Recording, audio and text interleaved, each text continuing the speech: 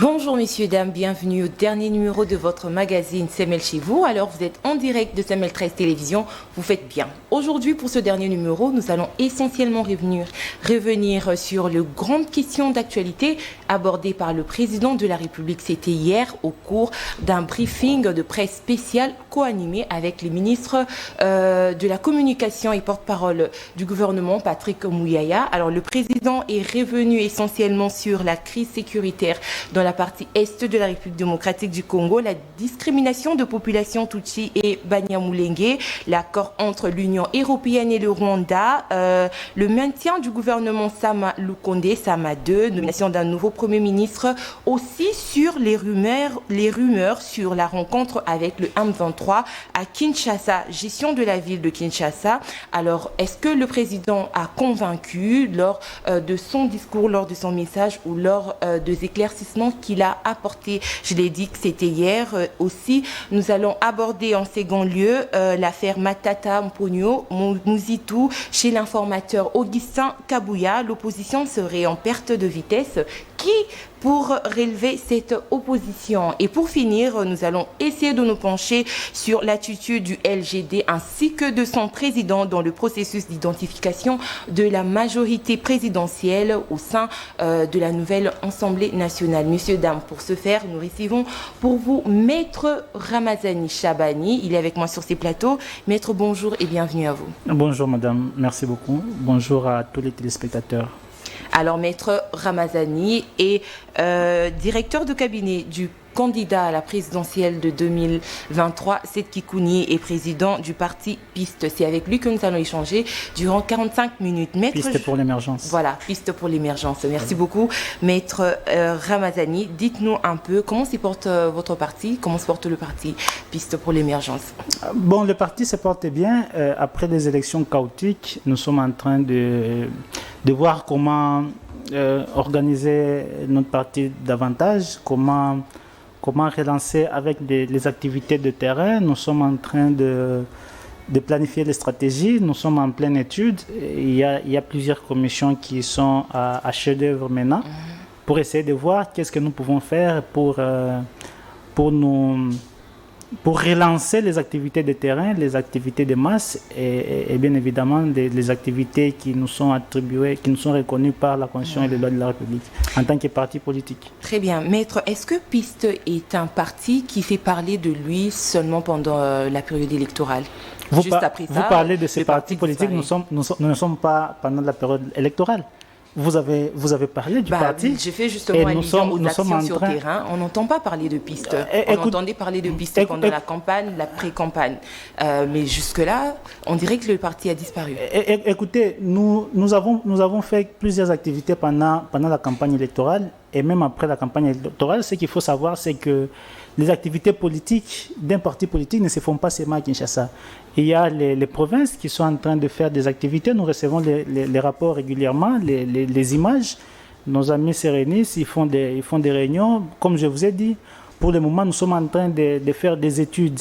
Nous sommes en train de faire des études, des commissions stratégiques pour essayer de voir quelles activités faire et relancer effectivement les actions de grande envergure sur le terrain.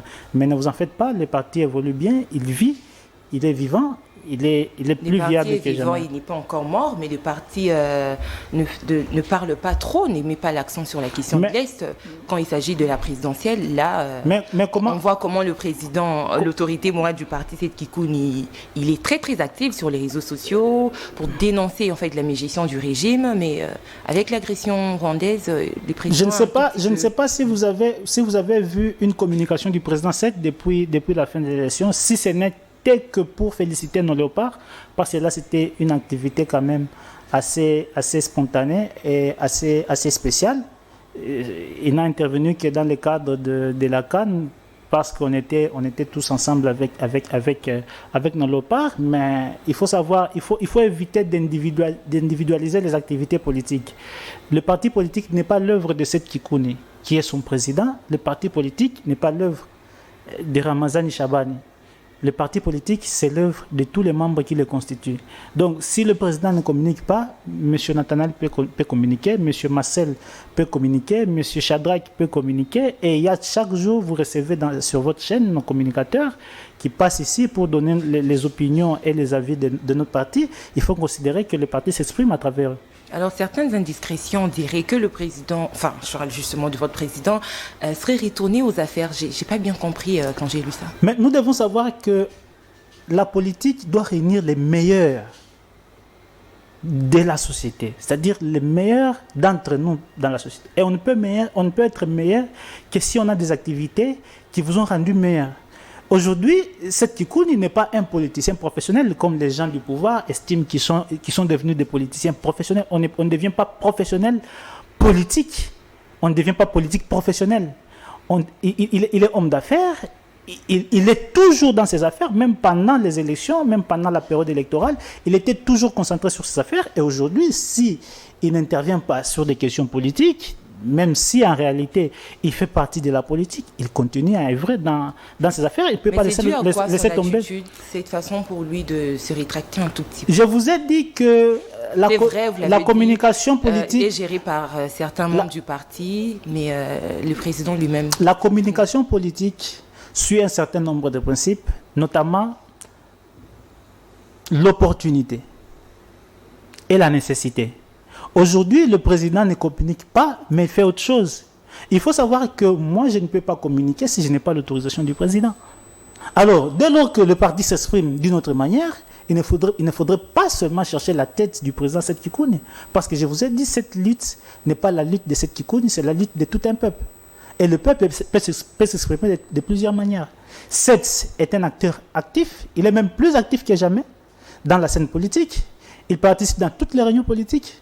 Il donne toutes les orientations qu'il faut. Mais sur le terrain, on ne dirait pas qu'il ferait... Mais quand vous parlez du terrain, vous parlez du terrain, vous faites allusion à quoi? Parce que je vous ai dit que le combat politique, au niveau... Le parti politique, c'est un parti politique national. Il ne faudrait pas le limiter seulement à Kinshasa. Même s'il le voulait, il ne peut pas être partout au même moment. Ça veut dire que s'il participe à une activité de Kinshasa, il ne sera pas à l'activité organisée à Lubumbashi, ou à Kwamut, ou à Inongo, ou même à Mbandaka. Ça veut dire qu'il y a des gens qui organisent des activités à tous les niveaux de notre territoire national. Et il faut comprendre que même moi, même si je le voulais, avec le mandat ou avec les moyens, je ne pourrais pas être partout.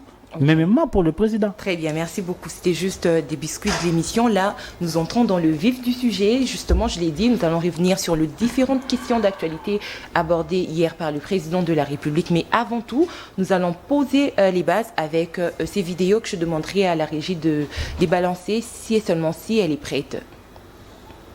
2028, ça, c'est aussi de l'acquis.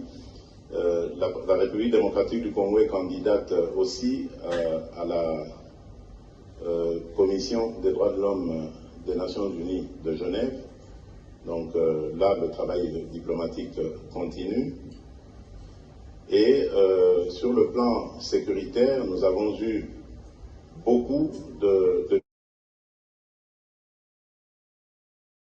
en bilatéral, en multilatéral. Les unes ont été positives, comme les rencontres que j'ai eues en bilatéral avec le chef d'État, le président angolais, le président du Sud-Soudan, qui est aujourd'hui le président en exercice de la communauté est-africaine, en multilatéral avec les présidents sud-africains et burundais, j'oubliais le zambien, mais ça c'était plus pour l'aspect économique et aussi quelque peu sécuritaire, parce que vous savez que nous partageons une frontière commune avec la Zambie, mais l'accent était plus mis sur le projet du corridor de Lobito. Sur le plan sécuritaire, malheureusement, la réunion demandée ou convoquée par le président João Lourenço et qui nous mettait aux prises avec nos agresseurs, entre autres, celle-là n'a pas donné de résultat parce que chacun a campé sur ses positions. J'ai redit avec force la position qui était celle de la République démocratique du Congo, Et notre agresseur est parti toujours dans ses manipulations et mensonges habituels.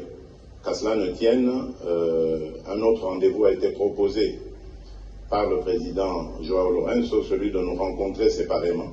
Et donc, si tout va bien, le mardi prochain, je crois, c'est le 27 février, je serai reçu à Luanda par le président João Lourenço, qui, je rappelle, est notre champion de l'Union africaine en matière de paix. Je ne discute pas avec le M23. Les négociations ou discussions, moi je préfère dire discussions, je les veux. Je les veux qu'avec le Rwanda, parce que c'est lui mon agresseur. Et je l'ai dit d'ailleurs dans la salle à Addis Abeba, à Paul Kagame lui-même, en disant c'est vous que je veux avoir de face à moi dans une discussion pour savoir et vous poser la question de savoir qu'est-ce que vous voulez à mon pays, à mon peuple. Pourquoi vous continuez indéfiniment de tuer mes compatriotes et de piller les ressources de mon pays. C'est tout ce que je veux comme thème du dialogue européen, qui a signé un MOU avec un receleur. Parce que c'est des produits volés à la République démocratique du Congo qu'il va vendre à l'Union européenne. Je me demande comment ils vont faire ça.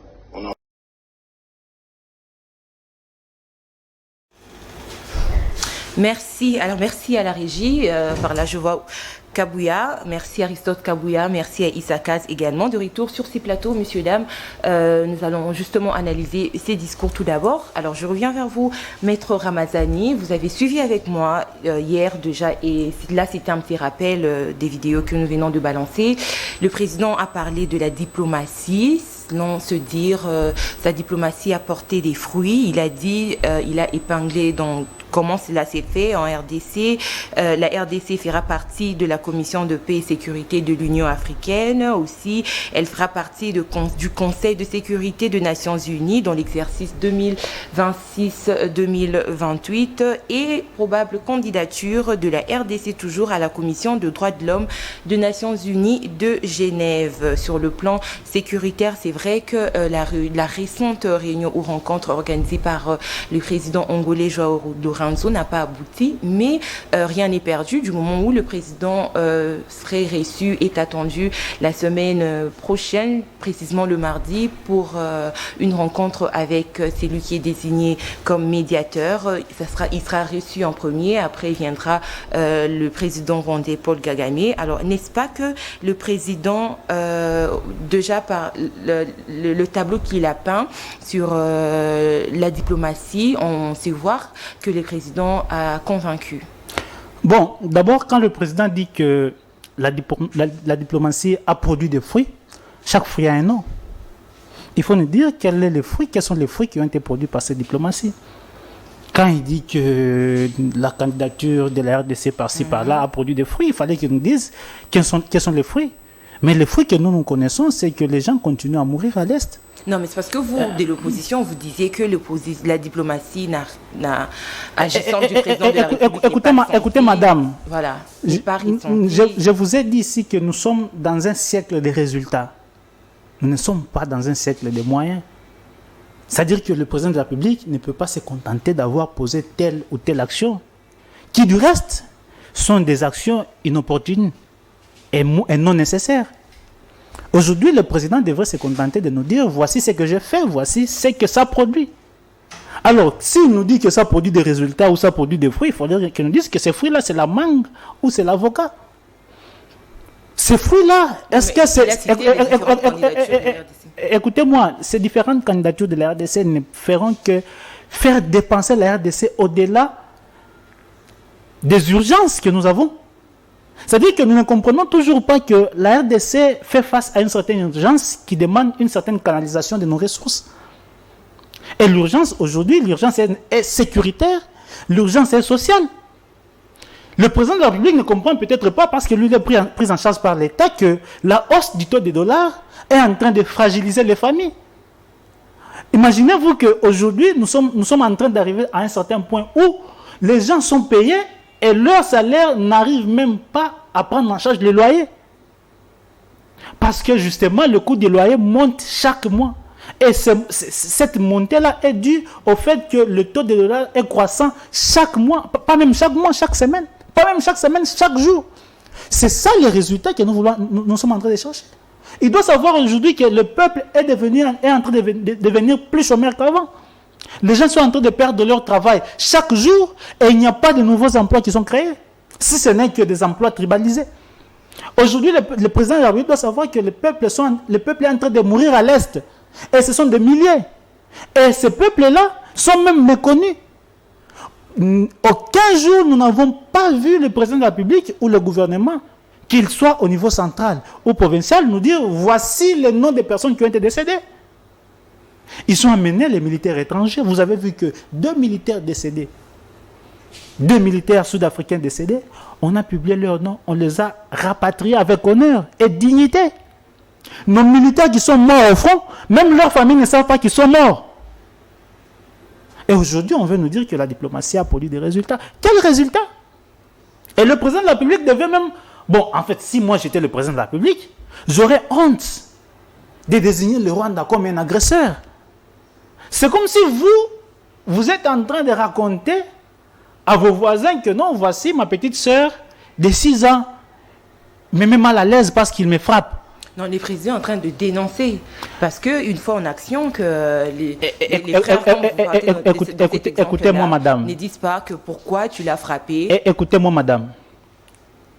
Quand le Hamas a frappé Israël, Israël ne s'est pas accordé plus de temps pour dénoncer. Israël est en train de montrer la puissance de l'État qu'est Israël. Je ne suis pas en train de prendre position dans cette guerre-là. Aujourd'hui, quand la Russie a senti que l'Ukraine était en train de devenir une menace pour elle, la Russie a réagi. Aujourd'hui, la RDC est en train de se donner la place de l'Ukraine face à la Russie, pendant que nous sommes face au Rwanda. Et c'était au Rwanda de se comporter comme l'Ukraine, c'est-à-dire que c'était au Rwanda de subir la force de la RDC. Mais nous sommes en train de subir la force du Rwanda. C'est inadmissible. RDC qui est agressé. Mais justement, ce n'est pas possible que la RDC soit agressée par le Rwanda, même par la puissance géographique.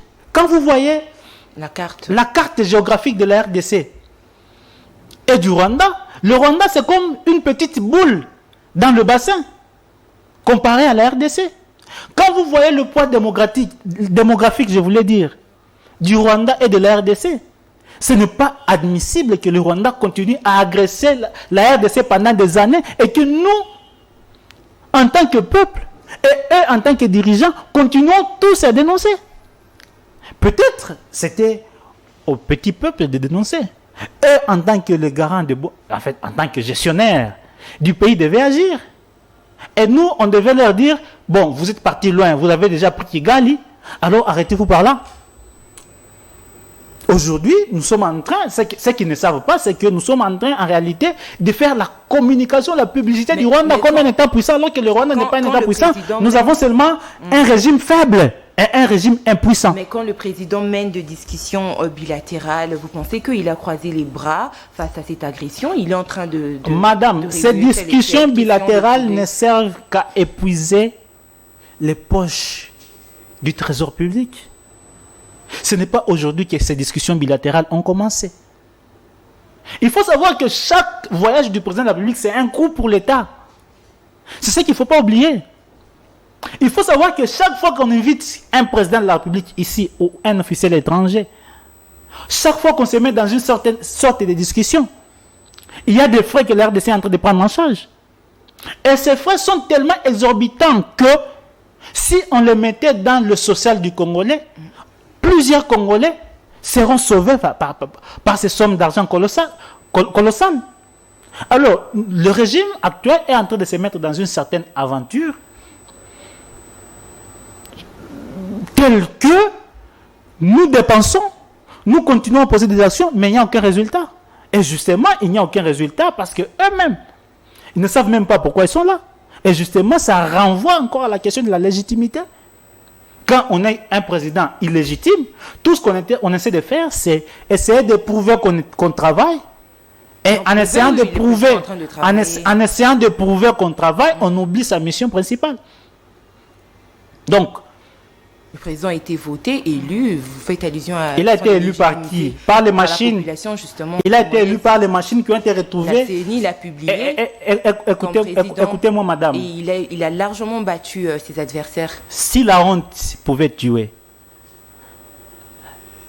en RDC, on n'aurait même pas tous ces gens qui sont au pouvoir. Ces régimes auraient disparu. Vous pensez que vous, de l'opposition, vous auriez fait mieux que le président actuel? Bon, je pense que nous aurions fait mieux, et encore beaucoup mieux que le régime actuel. Parce que parler de la compétence, il faut d'abord savoir, je vous ai dit ici tantôt que la politique devrait réunir les meilleurs de la société. C'est-à-dire, le pays, c'est comme une entreprise. La politique doit réunir les gens qui sont capables de transformer des zéros en quelque chose. Nous avons des gens aujourd'hui qui, avant d'être ce qu'ils sont, on ne sait même pas qui est-ce qu'ils étaient. Par exemple, nous avons un président de la République, aujourd'hui c'est très honteux de vous le dire, nous avons un président de la République qui personne ne sait où est-ce qu'il a étudié. C'est même le droit du peuple de savoir où est-ce que son président de la République a fait ses humanités. Vous entrez sur Internet, vous cherchez les biographies de tous les acteurs politiques ou tous les hommes politiques, on vous dit il est né à tel endroit, il a fait ses études à telle école, il a travaillé à telle entreprise avant d'occuper telle fonction.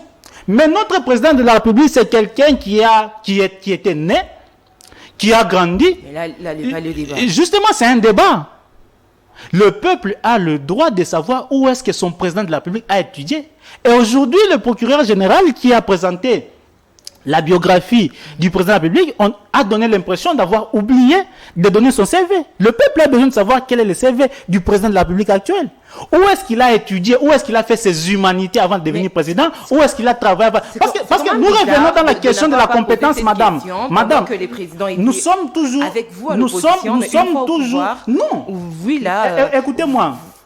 Vous activez. Chaque acteur politique n'est pas nécessairement appelé à devenir président de la République. Ça veut dire qu'au niveau de la politique, dans nos partis politiques respectifs, nous avons même des gens qui n'ont pas étudié. Mais ils reconnaissent qu'ils n'ont pas étudié. Nous avons des maraîchers qui sont membres et cadres du parti politique. Mais quand il faut donner des responsabilités politiques, on donne à chacun selon son degré de compétence. Non, mais le président de la République, ça ramène même le débat aujourd'hui. Le président de la République aujourd'hui qui est devenu président de la République, il doit nous dire qu'il est devenu président de la République. Si ce n'est pas par un arrangement fallacieux, il est devenu sur base de quoi? Nous voulons aujourd'hui que le président de la République nous dise, voilà, moi, président de la République, j'aimerais qu'un journaliste, j'espère que ça sera vous peut-être, prenne le courage, à un prochain point de presse, de demander, monsieur le président, dites-nous, vous avez fait quelles humanités? Parce que le président devrait quand même être un modèle pour nos enfants. C'est-à-dire que quelqu'un devrait se sentir fier d'étudier là où le président de la République a étudié. Le président de la République doit nous dire aujourd'hui qu'est-ce que moi j'ai fait avant de devenir président de la République. C'est ça la question de la compétence, parce que je n'oublie pas, nous sommes toujours dans la question de la compétence. Aujourd'hui, Seth Kikouni, c'est un homme d'affaires. Il est parti de zéro pour construire une entreprise qui fait nourrir des familles. Mais ça ne sera pas de lui forcément aussi un président de la République, non, parce qu'il a ça fera de lui justement un bon gestionnaire. Parce que je vous ai dit que l'État ici, c'est comme une entreprise. D'ailleurs, c'est une méga entreprise parce que l'État... La politique, comment ça se marie? Justement, en fait, c'est même étonnant de poser cette question. Parce que l'État produit. Il produit des connaissances. Il produit des biens. Il produit des services. Il produit même ce qu'on appelle la démographie. C'est-à-dire que le peuple, c'est un constituant de l'État. L'État est plus riche qu'une entreprise. Là où l'entreprise achète, c'est-à-dire que l'entreprise achète ses ressources humaines, l'État, ses ressources humaines lui sont acquises. C'est-à-dire que dès lors que vous êtes né congolais, vous constituez ipso facto les ressources de l'État. Quand vous travaillez en tant que journaliste, en réalité, vous êtes en train de travailler pour l'État. Et si vous travaillez autant pour l'État, l'État qui a ses moyens financiers, ses moyens matériels et ses moyens humains, doit maintenant savoir comment est-ce qu'il va manager ses moyens pour sortir le pays d'un point A à un point B. Et du point A à un point B, il faut qu'il y ait un lien qui est croissant, pas un lien décroissant. Parce qu'aujourd'hui, nous sommes en train de remarquer que depuis qu'ils ont pris le pouvoir, nous sommes en train de régresser au lieu d'évoluer. Vous voyez, c'est le manque de compétences, le manque d'expérience. Il n'a pas, en fait, j'estime, qu'il n'a pas eu l'expérience suffisante. Mais il est président de la République, il a un gouvernement. Mais avant d'être président de la République, il a un gouvernement. Écoutez-moi, Voilà. le gouvernement... Il peut être, au regard de son expérience, il peut être ministre de l'entrepreneuriat au sein du gouvernement du président Félix Tshisekedi, et son expertise va beaucoup bénéficier à la population. Alors, je vous pose ma question, madame, qu'est-ce qu'a fait ce gouvernement? Qu'est-ce qu'a fait ce gouvernement? Il faut nous dire que le gouvernement aujourd'hui a pris le dollar à un taux X et l'a amené à un taux Y. Et le lien de X à Y, c'est un lien de stabilité ou un lien de décroissance. Je pouvais vous comprendre. Il faut nous dire qu'avant qu'ils prennent le pouvoir, le pays était en guerre et eux l'ont pacifié. Par contre, nous vivons le contraire. Il faut nous dire qu'avant qu'ils prennent le pouvoir, on pouvait quitter Kalemi à Lubumbashi par véhicule et aujourd'hui, il y a encore plus de routes. Mais c'est le contraire. On peut quitter Mariano jusqu'au rond-point Gabao, les enfants partent à l'école. Je vous ai dit ici que il ne faudrait pas comparer la République démocratique du Congo à Kinshasa. Et même alors, nous avions un grand marché. Nous avions un grand marché. Le programme ne vise pas que Kinshasa. Justement. Le programme, c'est de effectivement. Il faut maintenant nous dire, parce que nous avons parlé ici des résultats, il faut nous dire maintenant, dans ces programmes-là des territoires nationaux, qu'est-ce qui a été fait effectivement? Nous avons un grand marché qui a été démoli et jusqu'à aujourd'hui, la construction du grand marché pendant 5 ans n'est pas terminée. Nous avons un centre financier ici qui a été inauguré pendant que les travaux ne sont pas encore terminés. Vous voyez comment est-ce que nous sommes un pays inacceptable. Même les gens qui participent à ces activités-là, en réalité, ils sont en train de se moquer de nous. Alors, d'où ma question. Au regard de l'expérience qu'a le président de Piste pour l'émergence, il peut bien être ministre au sein il peut bien être président de la République. Et le président actuel ne l'égalera même pas, ne lui arrivera même pas. Bon, je réserve le mot. Parce qu'il a déjà fait quelle preuve sur terrain? Mais je vous ai dit, la preuve sur terrain, c'est qu'il a transformé zéro en une grande entreprise. Parce qu'il faut savoir que le président Seth Kikouni, il a quitté Kinshasa comme étudiant. Il est parti étudier à l'étranger. Il est revenu comme un diplômé. Et du diplômé, il a commencé ses entreprises pour se constituer quelques millions, pour se constituer plusieurs entreprises. Et ces entreprises, aujourd'hui, sont en train de nourrir des familles. Donc, aujourd'hui, il y a des enfants qui étudient parce que leur mère ou leur père travaille chez cette Kikouni. C'est une fierté. C'est comme ça que j'ai évoqué la question ici. Ce n'était pas par jalousie. C'est comme ça que j'ai évoqué la question de savoir qu'est-ce que le président de la République a fait avant de devenir président de la République. Le président Seth Kikouni aujourd'hui, je peux dire que c'est un docteur en relations internationales. Maintenant, nous voulons savoir, le président de la République a fait quelles études? Parce que vous-même, je sais que vous êtes diplômé, peut-être en journalisme ou en sciences de l'information. Ce n'est pas, aujourd'hui, ça ne devrait pas être un tabou de savoir c'est quoi le cursus scolaire ou académique du président de la République. Il ne faudrait pas que ça soit une question chimérique. Alors, maître, je veux vous poser cette question. Le président dit, parce que vous dites que depuis qu'il est là, qu'est-ce qu'il a fait, comment il a trouvé le pays, quelles sont les avancées. Alors, il dit que la maison est bien gardée, que la diplomatie est bien tenue, alors que, pour finir, en disant que la victoire est certaine. Est-ce que le président de la République diplomatie est bien tenue pendant que l'Union européenne vient de signer un accord de soutien au Rwanda. Et il faut savoir quand est-ce que cet accord... Écoutez-moi, quand vous parlez de la diplomatie, ça veut dire que la diplomatie c'est quoi, madame? Dans la diplomatie, en fait, en relation internationale, il y a ce qu'on appelle le rapport de force. C'est-à-dire que pour qu'on vous considère, on va vous prendre avec un certain degré de sérieux. On va vous prendre avec un certain degré de puissance. On va vous prendre avec un certain degré de maturité et d'importance. Si aujourd'hui, il arrive à l'Union européenne, dont fait partie la France et la Belgique, de signer des accords avec le Rwanda sans que la France et la Belgique puissent dénoncer ces accords-là, il faut savoir qu'en réalité, nous ne valons rien devant l'Union européenne. La France a fait une dernière déclaration en faveur de la RDC contre le Rwanda. C'est ça le problème, et en le fait. président l'a même dit. Vous savez, la France, il y a un changement de narratif. C'est ce qu'on appelle la quinoiserie négative, c'est celle-là. Quelqu'un, pour avoir ce que vous avez dans la poche, il vous dit « Ah, grand prêtre, Oleki Bango !» Et yo, Obimisi là on a poche au PCA. En réalité, tout ce qu'il voulait, ce n'est pas te dire qu'il y a un grand prêtre. Tout ce qu'il voulait, c'est sortir les billets qui sont dans ta poche pour que ça lui appartienne désormais. Aujourd'hui, quand la France prend ce communiqué-là, c'est justement parce qu'il a compris que nous avons un régime qui veut les éloges. Ils ne sont pas honnêtes envers la RDC. Bien sûr. Ils ont compris que nous avons un régime qui veut des éloges. Un régime qui veut qu'on lui dise, voilà, yo, béton, voilà, nous sommes avec vous. Parce que si nous étions un État sérieux, on devait obliger des actions de la France. Aujourd'hui, l'Ukraine a reçu des soutiens militaires. Nous sommes agressés. Est-ce que vous avez entendu la France vous dire, voilà, la RDC est agressée par le Rwanda, oui, sur ces mois, moi je viens avec un soutien militaire à la RDC. Un communiqué.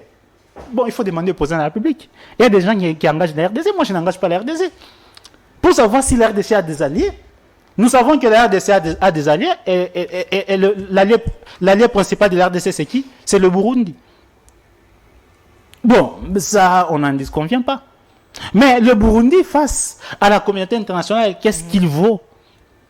Et même leur alliance, qu'est-ce que ça apporte?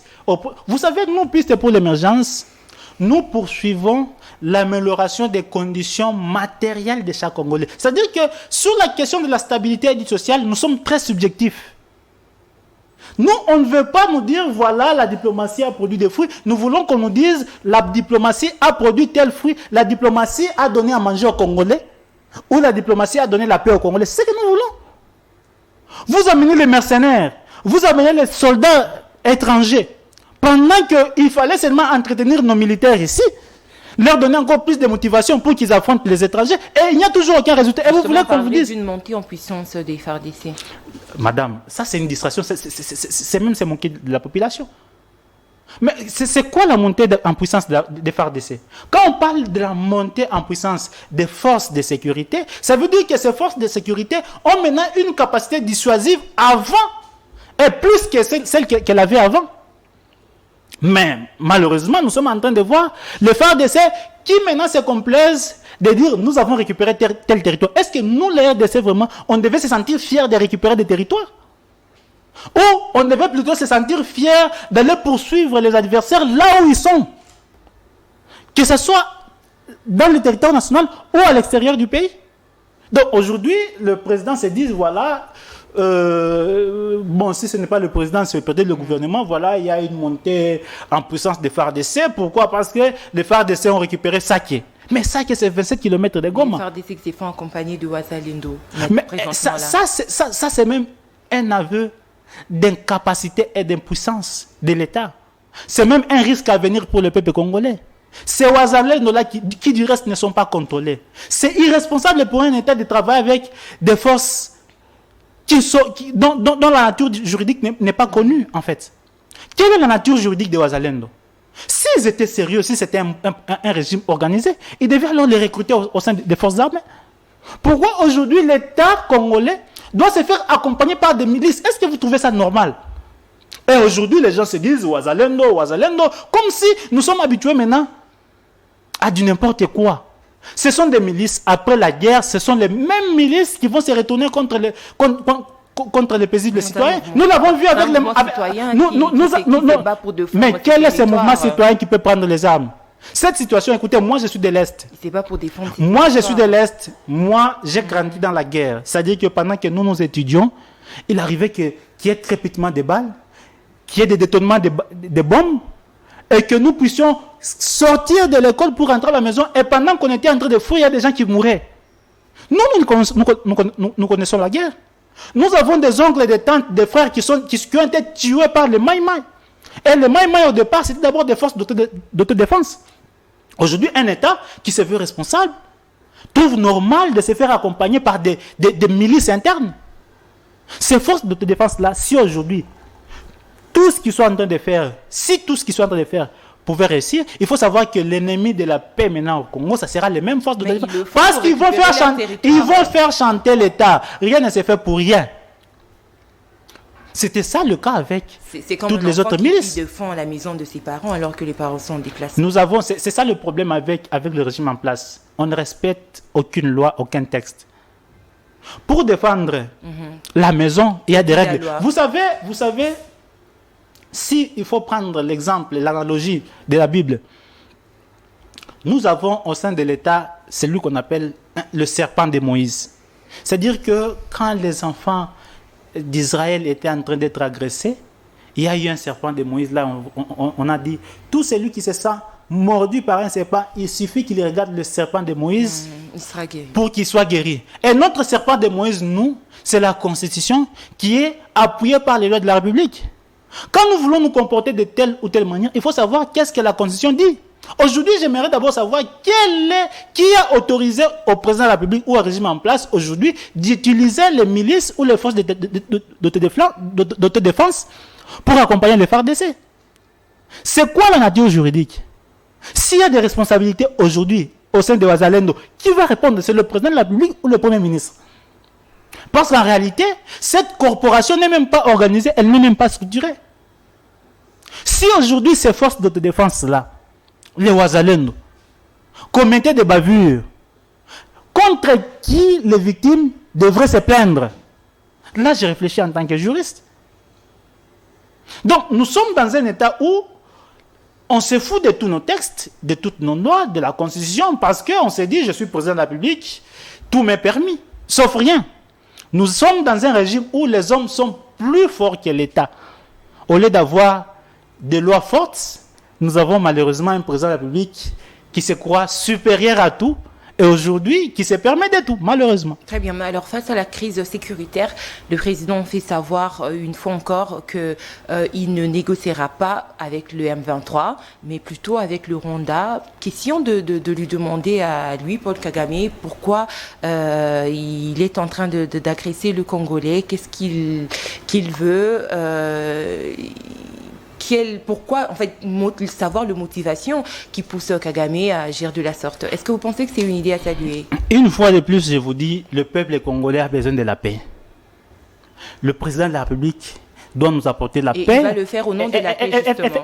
Je suis en train de vous répondre, madame. D'accord, maître. Le président de la République doit nous apporter la paix ou justement faire aveu de son incompétence. Il faut d'abord savoir que cette situation ici, écoutez madame. S'il vous plaît, refuser de négocier avec le M23 pour le faire avec le moi, je n'entre pas dans ces débats-là, madame.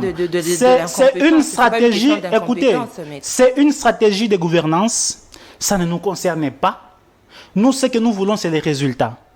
D'abord, je dois vous dire que c'est le régime en place qui nous a mis dans cette situation. Je vous rappelle, madame, je vais vous rappeler 4 événements majeurs.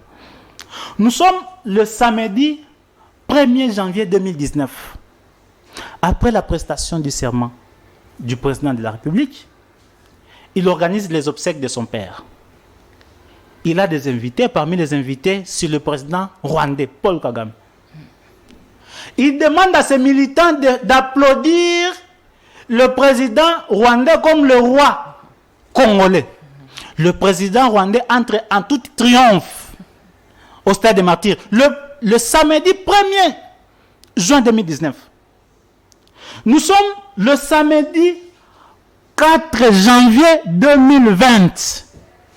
C'est M.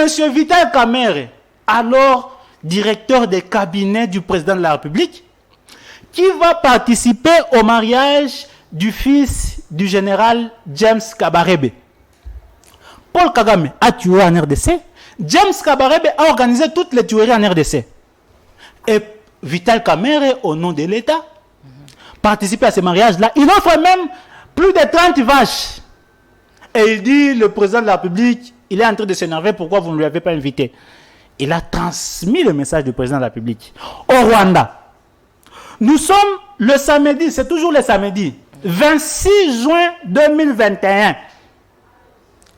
le président de la République signe des accords avec le Rwanda. 3 accords, parmi lesquels un accord de coopération minière avec le Rwanda. Justement, l'État est intervenu à travers ces différents démembrements. Dans le cadre de l'accord de coopération minière, c'était le des entreprises. Non, le président dit que c'était un mémorandum d'attente qui allait aboutir à la signature des accords. Il y a eu signature d'accord. Et je vais vous dire, je vais vous dire, écoutez-moi, ce n'est pas aujourd'hui que nous sommes habitués à voir le président de la République qui a fait ça et qui vient affirmer le contraire. Ce n'est pas aujourd'hui. Ce n'est pas aujourd'hui. Est-ce que vous pensez que ce n'est pas vrai? Il s'agit bien sûr des accords qui ont été... Moi, je vous dis que cette société-là, nous avons des sources fiables qui l'ont affirmé. Parce que si ce n'était pas les accords, pourquoi le président de la République ne l'a pas corrigé depuis lors? Il y a eu signature de 3 accords, parmi lesquels un accord de coopération minière avec le Rwanda. Et cet accord consistait à quoi? Consistait à donner ce que l'Union européenne vient de donner au Rwanda aujourd'hui. On a donné des ressources à notre agresseur. Et on sait très bien que notre agresseur est en train de nous agresser à cause de nos minéraux.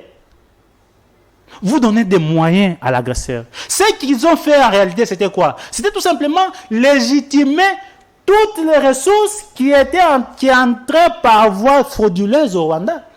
Il semblerait même que, par la force de ces accords-là, les militaires rwandais devaient sécuriser les zones d'extraction des minéraux dans 7 villages en RDC ici.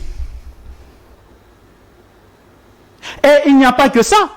Nous sommes maintenant le jeudi 23 mars 2023.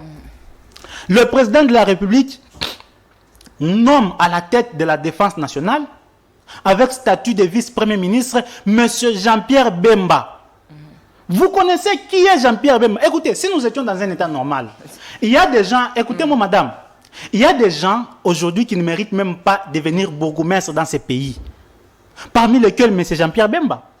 Bon, je vais vous dire, sur base de quelles compétences on a accordé à M. Jean-Pierre Bemba le ministère de la Défense? C'est tout simplement parce qu'il a fait la rébellion.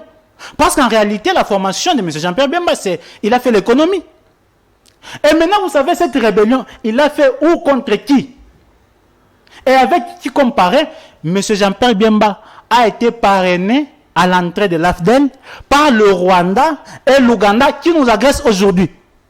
Donc, c'est quelqu'un qui a été parrainé par nos agresseurs, qui a été nommé à la tête du ministère de la Défense par le président de la République. Et aujourd'hui, il veut nier sa responsabilité. Selon votre hypothèse, si je rejoins votre hypothèse, maître, vu que vous dites que Jean-Pierre Bemba était un ancien rebelle et qu'il a été parrainé, ça veut dire qu'il a en quelque sorte en tête des stratégies de rebelles. Il sait comment est-ce que cela opère. Mais pourquoi est-ce qu'il n'arrive pas à mettre fin à cette agression et bouter hors état de nuire les rebelles M23?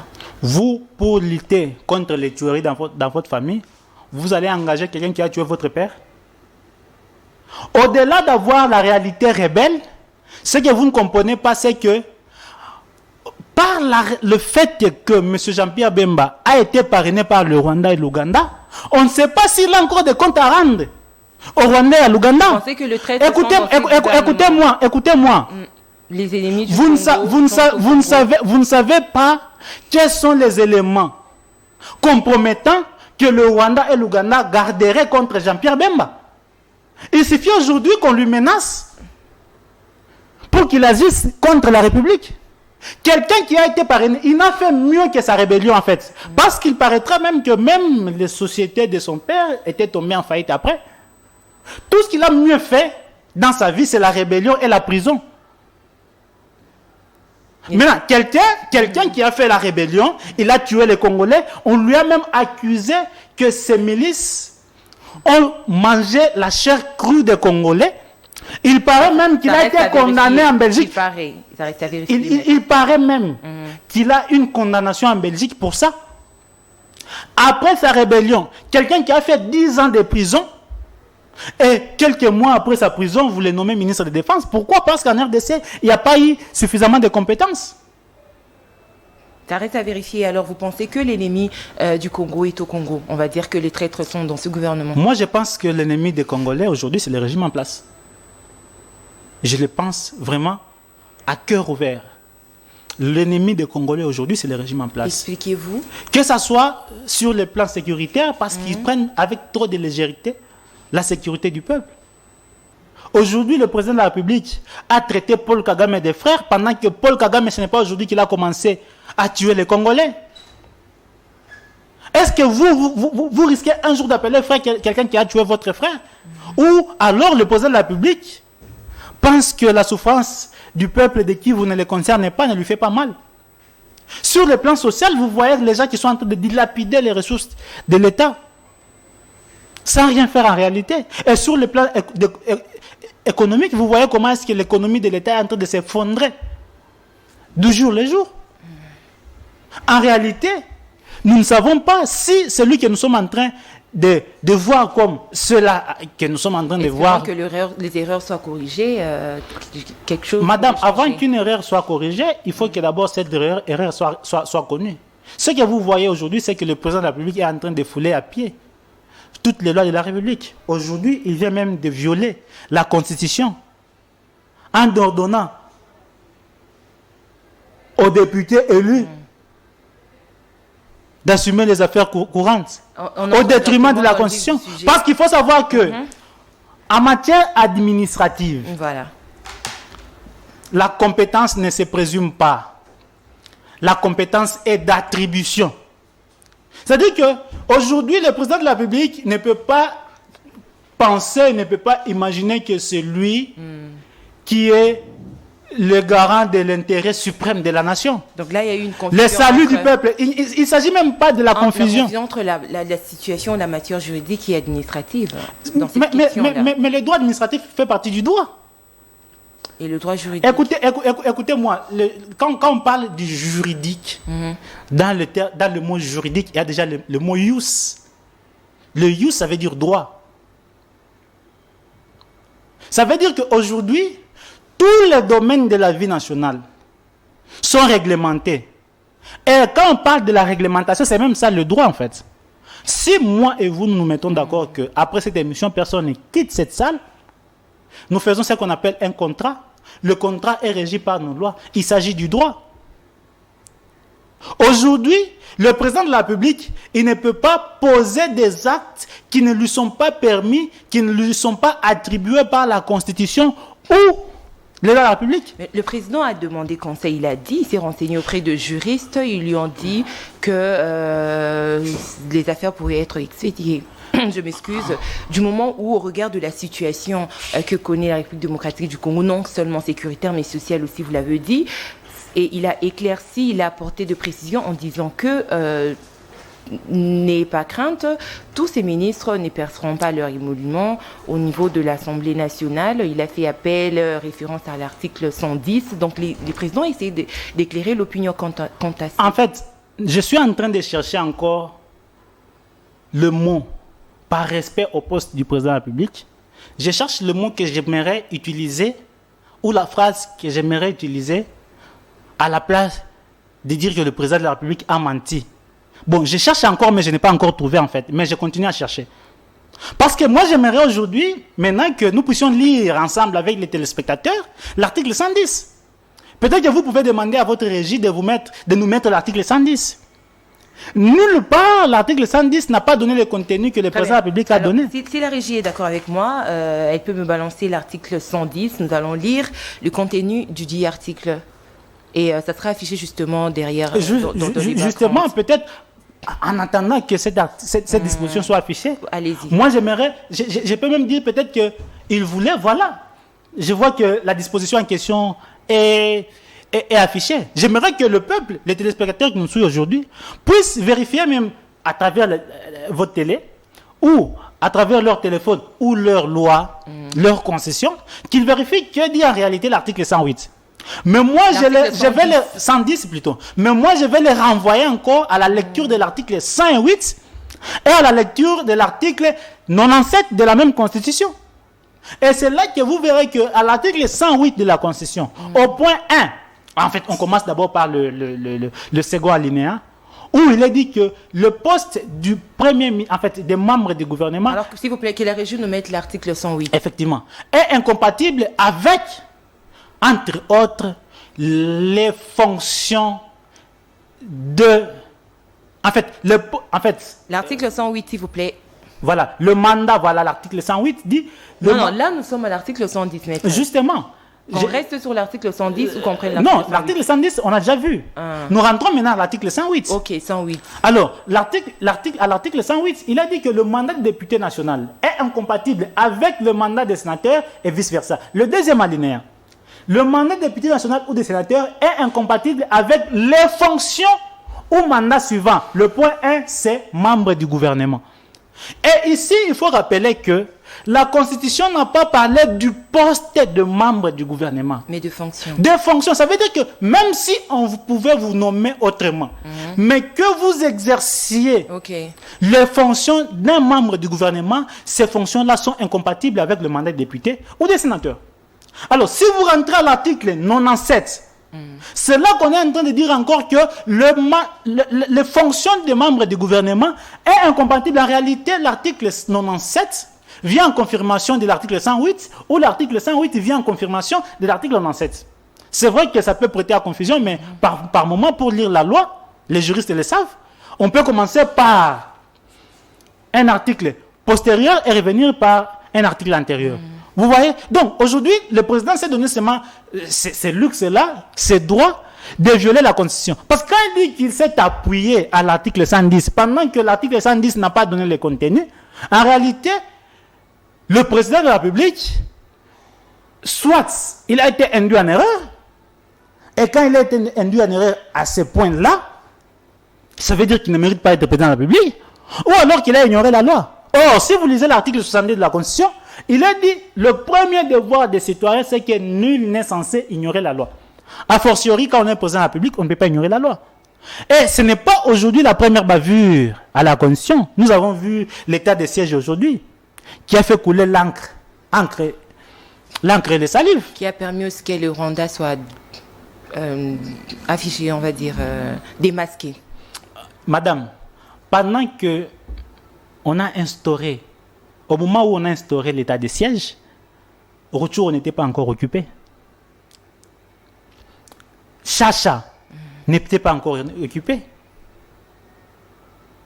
Bon, l'état de siège, même si il était une solution pour la sécurité. Je vous ai dit ici que notre serpent de Moïse, c'est la Constitution. Il devait se conformer aux prescrits de la Constitution et de l'ordre de la République. Nous n'avons pas un président de la République faiseur de constitution ici chez nous. Nous sommes dans un régime tel que même le président de la République doit se conformer au texte. Nul n'est supérieur à la loi. Aucun Congolais, aucun individu ne peut se sentir supérieur à la loi ou à la constitution de l'État. Malheureusement. Et il s'est dit, bon, en fait, nous avons une situation spéciale. D'abord, dire que la guerre, c'est une situation spéciale pour un État, moi je pense que c'est même méconnaître le vrai rôle de l'État. Parce que le rôle originaire de l'État, quand on parlait encore de l'État gendarme, les fonctions régaliennes de l'État, c'est la défense, la sécurité et la justice.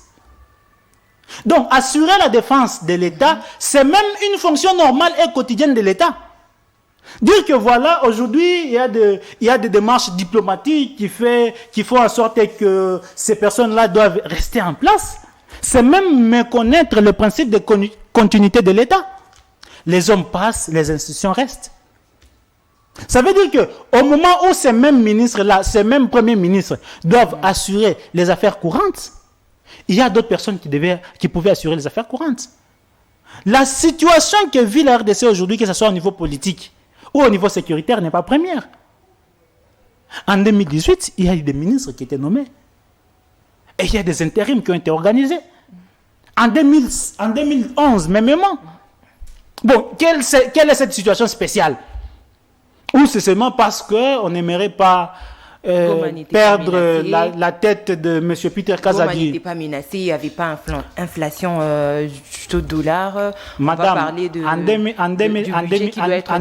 2013, Goma a été pris. Les budgets qui doivent être définis aussi. Les budgets qui doivent être définis, c'est la faute de qui? C'est la faute de qui?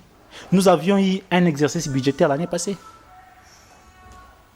C'est ça, nous avons un régime qui met beaucoup plus d'importance aux individus plutôt qu'aux institutions.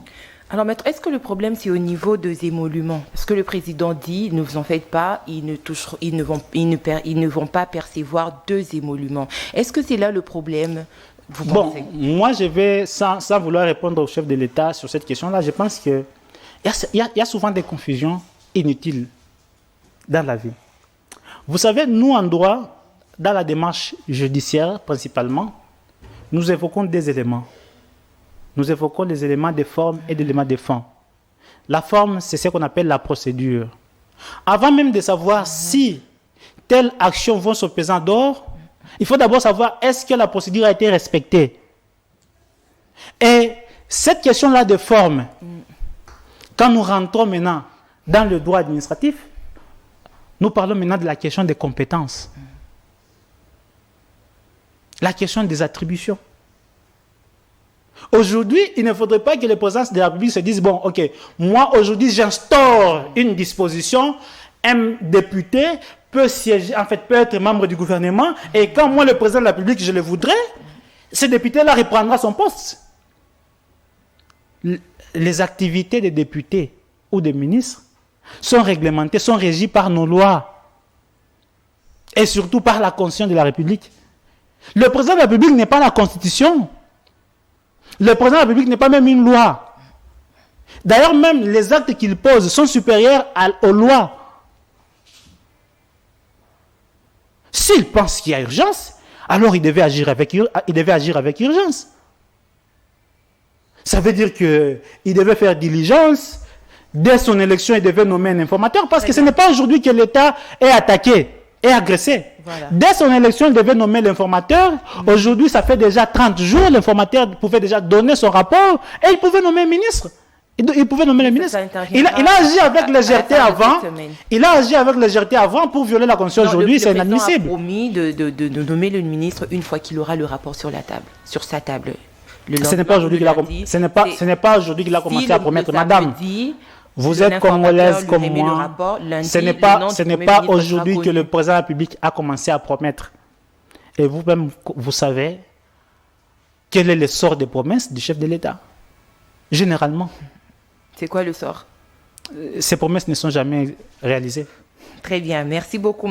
Alors, messieurs, dames, vous êtes en direct de CML 13 Télévision. Je rappelle que nous avons reçu pour vous Maître Ramazani Chabani. Il est directeur de cabinet du candidat président aux élections de 2023, M. Seth Kikouni, également président du parti politique Piste pour l'émergence. C'est avec lui que nous sommes en train de changer autour de différentes questions d'actualité qui touchent justement la vie de tout le Congolais. Alors, Maître Ramazani, voir aujourd'hui là, nous entamons notre seconde thématique, voir qu'aujourd'hui Matata Mponyo, président du LGD, Mouzitou également chez l'informateur Augustin Kabouya, qu'est-ce que cela traduit? Est-ce que l'opposition serait en perte de vitesse à l'heure actuelle? Bon, parler de la perte de vitesse de l'opposition, moi je pense que c'est trop dire, peut-être même... ignorer le sens de l'opposition. Tout individu est libre, de par notre constitution et les lois de la République, est libre d'intégrer l'opposition ou le pouvoir. C'est clair.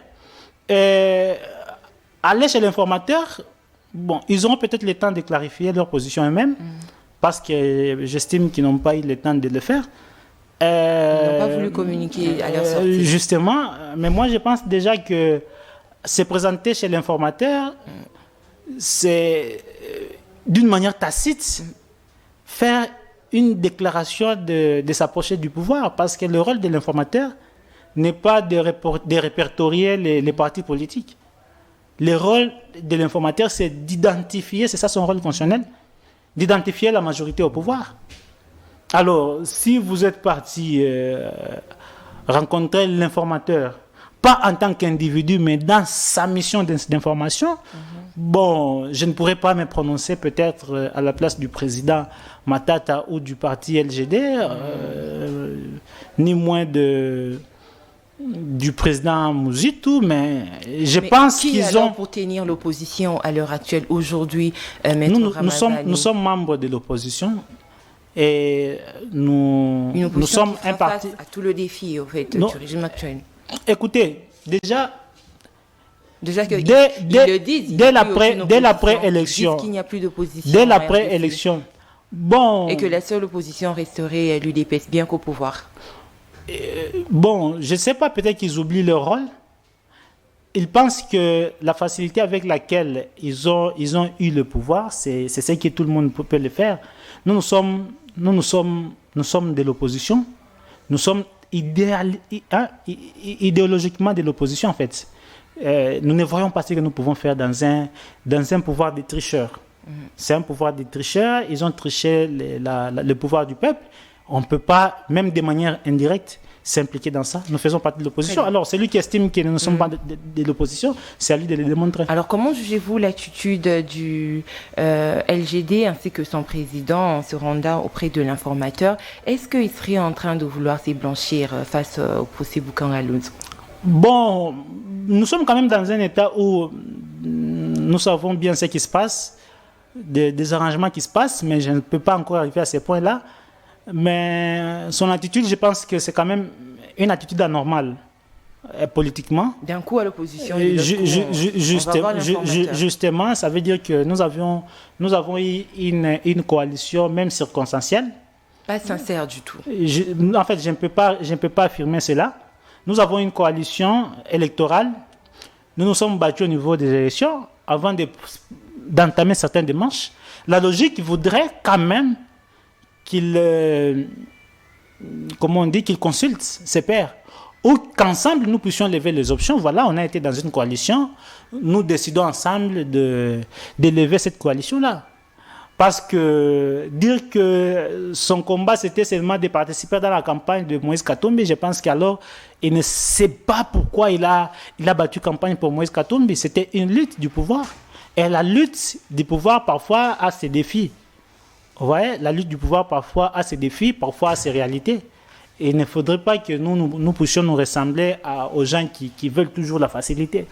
C'est-à-dire qu'ils seraient peut-être avec nous si on avait pris le pouvoir, mais comme aujourd'hui nous sommes en train de vivre le calvaire selon lequel on a volé notre pouvoir, il se penche du côté du pouvoir, c'est quand même incompréhensible. Est-ce que vous pensez que Martin Fayulu avait raison de ne pas vouloir s'associer à vous en fait, durant la campagne électorale pour la candidature commune? Est-ce qu'il avait déjà perçu en fait, les dangers de loin? Bon, sincèrement, ça n'engage que moi. Je pense qu'il n'avait pas raison. Pour être très bref avec votre réponse, je pense qu'il n'a pas raison. Mais je peux pas entrer dans ces débats-là, surtout pas actuellement, parce qu'il y a beaucoup d'enjeux, comme il y en a eu lors des élections. Je préfère me réserver. Voilà, d'accord. Alors, aujourd'hui, c'est par là que nous allons finir. Aujourd'hui, Matata Mponyo, qui a pu rafler un siège alors qu'il est encore à l'opposition, parce qu'il n'y a pas eu de déclaration comme quoi Matata aurait quitté l'opposition, donc il est encore au sein de la classe politique de l'opposition, s'est fait consulter par l'informateur. Moïse Katumbi, de son côté, lui aussi qui a pu avoir raflé quelques sièges, est arrivé, bien sûr, concomitamment avec les membres de son parti politique, à l'idée selon laquelle ils allaient siéger au sein de l'Assemblée nationale, mais ce qui fait que l'opposition est encore de place largement minoritaire face à la majorité. Est-ce que vous pensez que l'opposition aujourd'hui sera prête ou capable de mener le bon combat au sein de l'Assemblée nationale? Bon, d'abord, je dois vous dire que cette Assemblée nationale, en réalité, ne devait même pas être appelée Assemblée nationale. Bon, les quelques députés de l'opposition ce sont les rescapés d'une catastrophe électorale. Ils sont rescapés et le parti Ensemble a pris sa décision en toute responsabilité, en toute souveraineté. Nous n'avons pas d'avis à émettre si ce n'est que prendre acte. Mais je dois vous dire que le rôle de l'opposition n'est pas seulement institutionnel. L'opposition peut agir de toute manière au niveau institutionnel ou pas. Très bien. On aurait aussi aimé avoir les députés on va parler de pistes pour l'émergence au sein de l'Assemblée nationale. Déjà, on avait levé l'option de ne pas présenter les députés parce qu'on décriait... Parce qu'on n'était pas prêt. Pas parce qu'on n'était pas prêt, parce qu'on décriait certaines bavures. On était ensemble avec la MOUC en ce moment-là. On avait levé l'option de ne pas présenter les députés à tous les niveaux. Donc, on assume notre décision et on ne les regrette pas. Bien. Par contre, la communauté est en train de nous donner raison. D'accord. Alors, Maître, cette émission est terminée. Votre mot de la fin? Mon mot de la fin, c'est que le régime en place doit savoir que le peuple est en train de souffrir. Et il ne faudrait pas qu'il se moque du peuple congolais. Et en même temps, j'appelle au peuple congolais d'ouvrir l'œil et le bon. Nous sommes face à un régime prédateur et auquel cas, il faudrait qu'ils puissent prendre leurs responsabilités à main, attendre le mot d'ordre et agir de manière efficace. Très bien, merci beaucoup, Maître. Je rappelle que vous êtes directeur de cabinet du candidat président Seth Kikouni. C'est avec vous que nous avons échangé durant 1 heure du temps pratiquement. Merci, Maître, d'avoir répondu à l'invitation ainsi qu'à nos différentes préoccupations. Merci beaucoup, Madame. Très bien. Alors, je dis un grand merci à toute l'équipe technique de CML 13 Télévision. Merci à Kabouya qui a réalisé cette émission. Aristote Kabouya, justement, le réalisateur de cette émission. Merci également à Issa Katz qui était derrière le caméra. Merci à toute l'équipe rédactionnelle et merci à vous, très chers téléspectateurs, d'avoir réitéré votre confiance à ce magazine. On se retrouve lundi pour le prochain numéro. D'ici là, portez-vous bien et bon début du week-end chez vous. Merci.